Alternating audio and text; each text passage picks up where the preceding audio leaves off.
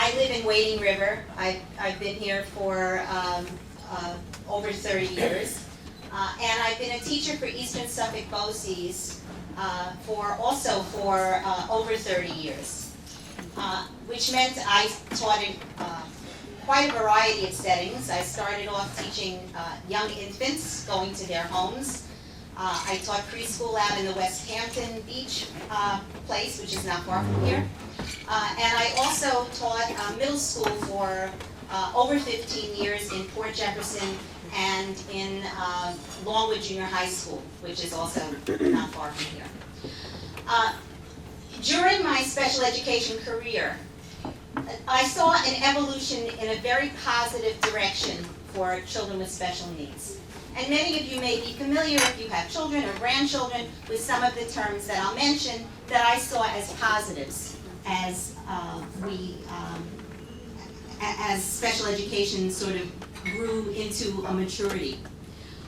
It started back in 1974 with Public Law 94-142, which became IDEA, the federal law that protects students with special needs in education. And what happened was we started to put an emphasis on what we called free and appropriate public education, FAPE, which meant that every child, no matter what your handicap and condition, was entitled to an appropriate educational program, a program that was suited to the needs of your student. And the other part of IDEA, which started with Public Law 94-142, was the IEP. Some of you may be familiar with this. This is the individualized educational program, so that children who have such diversity of needs, from students who are severely cognitively impaired, students who have severe emotional needs, physical needs, may have sensory deficits, really need education that is tailored to their needs. So things that evolved from this were from self-contained classes in the basement, which was where public education was for special ed when I started, to bringing kids into what we call the mainstream, so that kids were getting educations in their neighborhood schools to the best extent possible. Okay, thank you.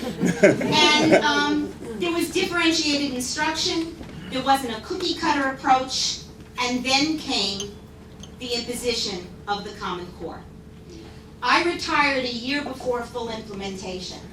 And I thought, well, it's not going to be my problem, although I do have a grandchild now. The problem is that for children with special needs, there is now only a cookie-cutter approach to education. Every single child must reach the same educational milestones or landmarks every year, regardless of their educational disability. So Common Core is now trumping IEPs, despite the fact that federal law is supposed to protect these students. And I came out of retirement to become a special education advocate, accompanying parents to school district meetings to try and protect the IDEA rights that those kids have. Children are physically vomiting on tests, and teachers are now given instructions as to how to handle those materials. Kids are cutting themselves, kids are going to the bathroom and refusing to come out during testing. There is really abuse of children who have typical needs, but for children with special needs, it's really an abomination because these tests do nothing to inform instruction. You may think that you get test scores back that tell you about how a student did. No, you get a number. The scores are only used to evaluate teachers, not to tell you about what the child's instructional needs are. Wow. And when you get those scores, how do you think children with special needs, cognitive issues, emotional issues are going to score? Well, only between 5 and 6% of them in New York State were judged to be proficient on the tests. 5 and 6%. So what does that mean for the special educator? It means in 3 years, that person is going to lose their job because they're ineffective. And that is an abomination, that we have destroyed the whole career, not to mention the future of those children who will be there, who will be left to teach children with special needs. That's why I became an advocate. That's my problem.